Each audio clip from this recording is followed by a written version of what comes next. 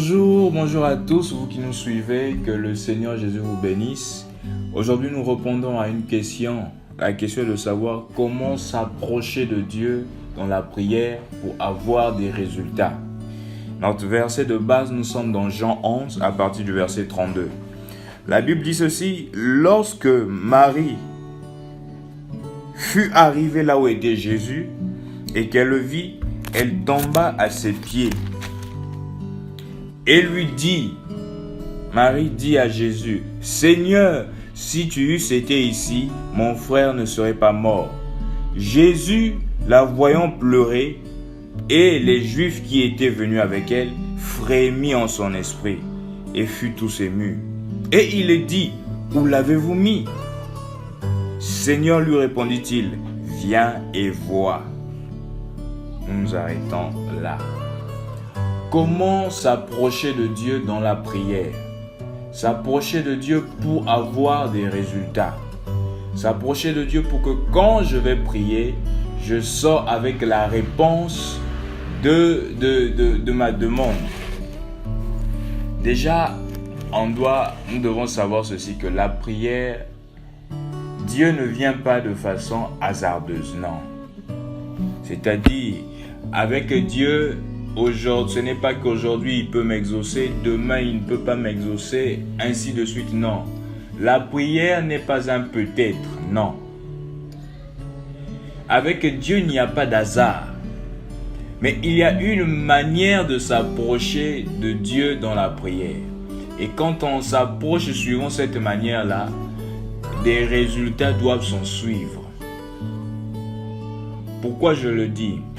Jésus est toujours le même Dieu. Le Jéhovah de l'Ancien Testament, c'est le Jésus-Christ dans le Nouveau. Si hier, il a guéri, comme il est le même Dieu, aujourd'hui il doit guérir. Si hier, il a donné des enfants aux femmes qui étaient stériles, comme il est le même Dieu, aujourd'hui il doit faire la même chose. Alors le problème se situe où? Le problème se situe dans la manière de pouvoir s'approcher de lui dans la prière. Si hier il y a eu une femme qui était stérile, qui a cherché un enfant, qui s'est approchée de Dieu, et que moi aujourd'hui je suis dans la même situation, je cherche un enfant, je m'approche de Dieu de la même manière, je m'approche de Dieu sur la même base de foi que cette femme-là s'était approchée. Je prends par exemple l'exemple de Anne. Nous connaissons l'histoire de Anne. Anne qui n'avait pas d'enfant, elle partait tout le temps au temple en prière, demandant l'enfant au Seigneur. Au point même, un jour où elle est partie prier, Élie croyait elle avait bu, qu'elle est en train de tituber. Or, ce n'était pas cela, mais elle est en train de gémir dans son cœur. Alors, si moi aujourd'hui je suis dans la même situation, je m'approche de Dieu sur la même base de foi, les mêmes résultats qui se sont produits avec Anne doivent se répéter avec moi. Pourquoi? Parce qu'il est le même Jésus ce soir. Il n'a pas changé. Il est le même Jésus aujourd'hui, ce matin. Il n'a pas changé. Si hier, on l'a vu bénir Abraham qui s'était séparé avec le monde, Dieu l'a dit, quitte la maison de ton père, va dans un pays que je te montrerai. Si je viens devant Dieu sur la même base de foi où Dieu me dit de me séparer d'avec le monde, de le suivre, il est obligé de me bénir. Si hier, on l'a vu élever Joseph qui a commencé dans une vie difficile, une vie de souffrance, d'humiliation, mis même en prison injustement. Aujourd'hui, si je suis dans la même situation et que je m'approche de lui sur la même base de foi, il est obligé de produire les mêmes résultats. Il est le même Dieu. Il n'a pas changé. On peut prendre beaucoup d'exemples. Si hier, avec Gédéon était là avec l'ange. Il a dit, si Dieu est avec nous, où sont partis ses exploits? Dieu l'a dit, va avec la force que tu as. Si aujourd'hui tu es dans la même condition et que je m'approche de Dieu sur la même base de foi que Gédéon, Dieu est obligé de répéter la même chose. Si hier, avec Samson qui était tombé dans le péché, mais après un moment, Il a dit encore une fois Seigneur quand ses cheveux ont repoussé. Encore une fois Seigneur Jésus-Christ. Oh, redonne-moi de la force pour vaincre mes ennemis. Si aujourd'hui tu viens sur la même base de foi, tu reconnais que tu es tombé quelque part, mais tu dis Seigneur, encore une fois Seigneur, donne-moi la victoire sur ce péché. Encore une fois, relève-moi de ce péché. Si tu viens sur la même base de foi que Samson, Dieu est obligé de te donner cette même force qu'il avait donnée à Samson pour vaincre tes ennemis. Il est le même Jésus aujourd'hui. Il n'a point changé. Alors, comment avoir les résultats dans sa prière? Comment s'approcher de Dieu pour avoir des résultats dans sa prière? Je ne serai pas très long, très court.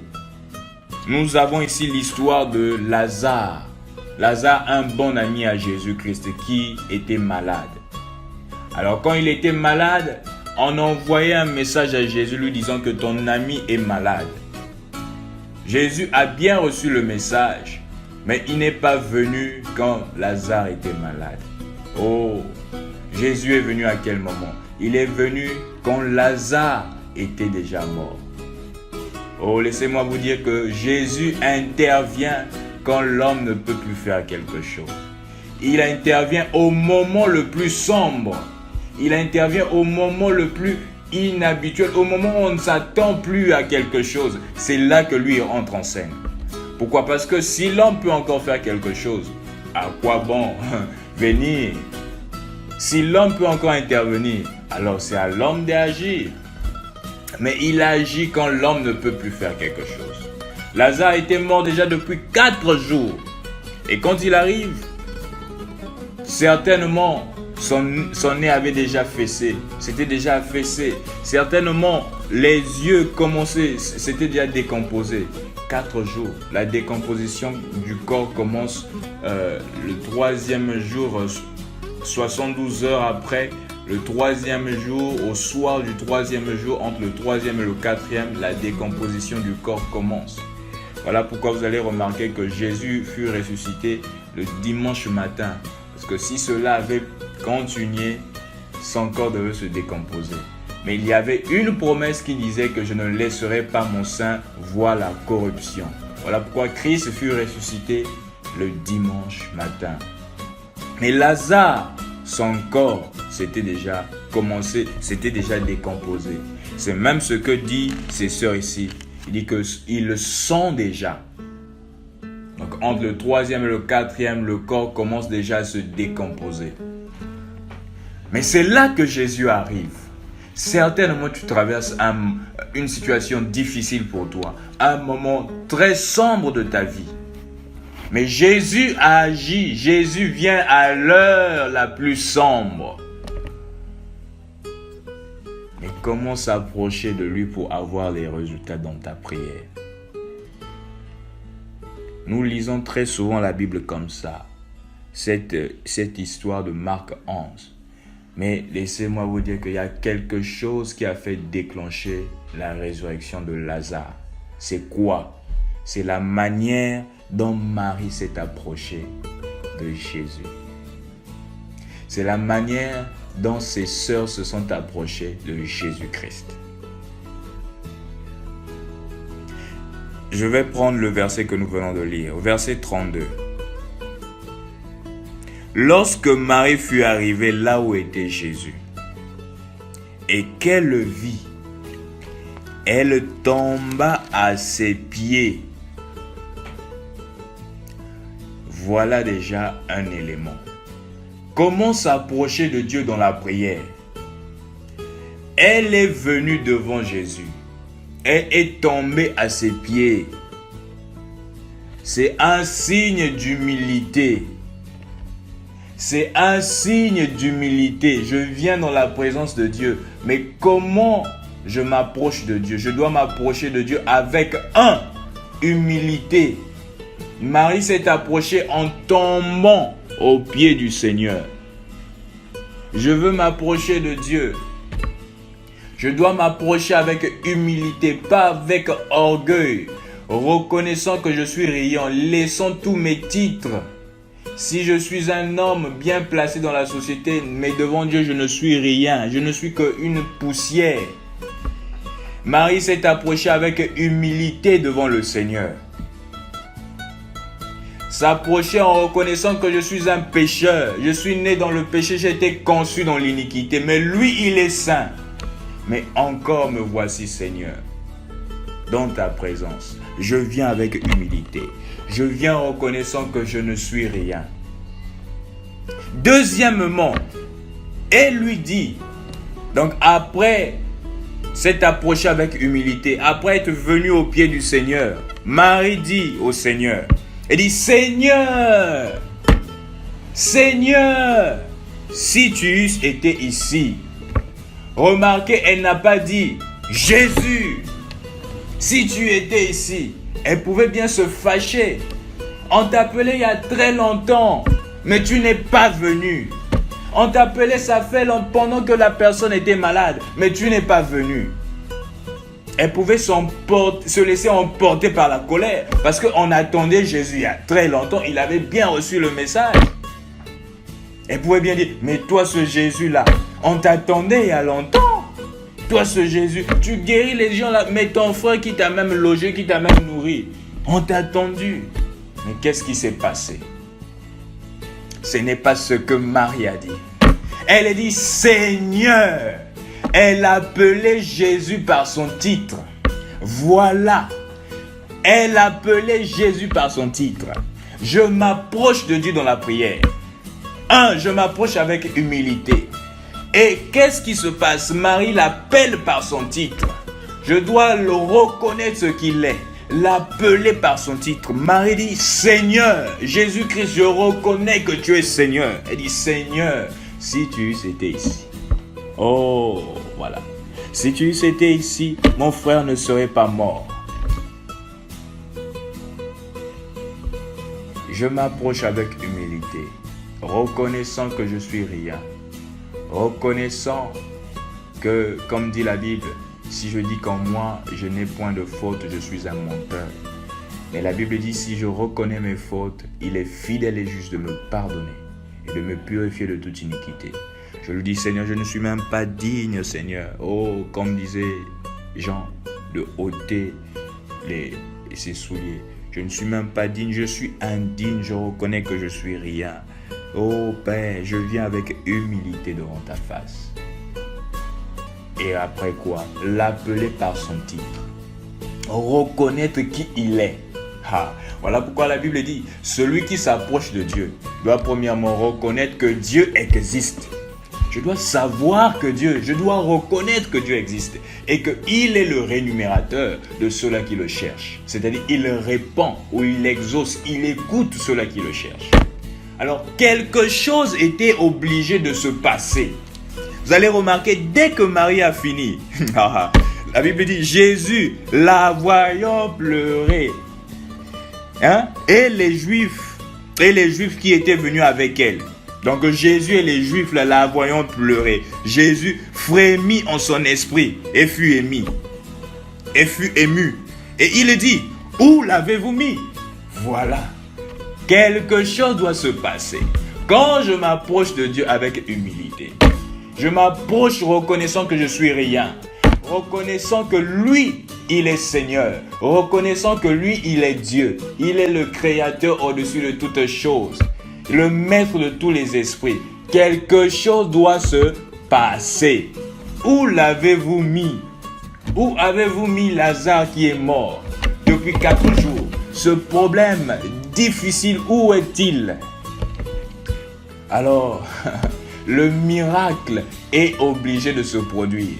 L'impossible, je ne sais pas si on peut s'imaginer, quelqu'un qui est mort il y a de cela 4 jours, tu es en train de le corps en train de se décomposer, mais il dit, où l'avez-vous mis? C'est la manière de s'approcher de Jésus qui a déclenché cela. Si Marie ne s'était pas approchée de cette manière, si elle s'était approchée de Jésus avec impolitesse, j'étais attendu il y a longtemps, tu n'es pas venu. Nous t'avons logé chez nous ici, mais tu n'as pas été reconnaissant pour venir prier pour ton frère qui était malade. Alors, Vas-y. Si elle s'était approchée de Dieu avec impolitesse, de Jésus avec manque de respect. Très souvent, nous manquons de bénédiction parce que nous ne respectons pas les dons de Dieu. Nous ne respectons pas les oins du Seigneur. Je reconnais que celui-ci, c'est un don du Seigneur. Mais le fait de le manquer du respect, je peux rater ma visitation. Israël devait faire 400 ans en Égypte. Mais à cause du fait que les enfants d'Israël eux-mêmes avaient manqué du respect à Moïse, ils ont fait 30, 40 ans de plus. C'est ce que quand on accumule, c'est ce qui fait les 430 ans. Parce que Moïse était déjà là quand les 400 ans se rapprochaient. Moïse était déjà là. Mais un jour, ils ont dit à Moïse, crois-tu que tu es le juge parmi nous? Comme tu as tué l'Égyptien, tu crois que tu es le juge parmi nous? Ils avaient manqué du respect à l'envoyé de Dieu. Et Dieu avait ajouté encore des années de plus. Des années d'esclavage. Quand nous manquons du respect au don de Dieu, oh, vous attristez le don. Vous attristez le don. Le don est Dieu. Donc quand le don est attristé, c'est Dieu qui est attristé. Alors le don ne peut pas agir. Mais Marie s'est approchée de Jésus avec humilité. Et s'est approchée de Jésus en l'appelant par son titre. Alors l'impossible est obligé de s'opérer. Tu es peut-être dans un cas tellement impossible. Lazare, c'était 4 jours dans la tombe. Toi, peut-être les docteurs ont dit que c'est fini pour ton cas. Tu ne peux plus marcher. Peut-être que les docteurs ont dit pour ton cancer, c'est fini. Il y a un cancer qui te tourmente. Les poumons sont déjà pourris. Les poumons, on ne peut plus faire quelque chose. Ton foie est déjà atteint, on ne peut plus faire quelque chose. C'est peut-être un cancer de sein. On dit que c'est fini pour toi. Peut-être que tu passes par des moments difficiles, tellement endetté financièrement. On dit que fini pour toi. Mais l'impossible est possible encore aujourd'hui. Si je m'approche de Dieu avec humilité, je m'approche de Dieu en reconnaissant son titre, il est encore vivant aujourd'hui. Et il rend possible ce qui est impossible. Pourquoi? Parce qu'il est omnipotent, il est tout puissant. La maladie t'a longtemps rongé, mais il est plus que cette maladie. Le chômage t'a longtemps dérangé, mais il est plus que ce chômage. Que le Seigneur Jésus-Christ vous bénisse.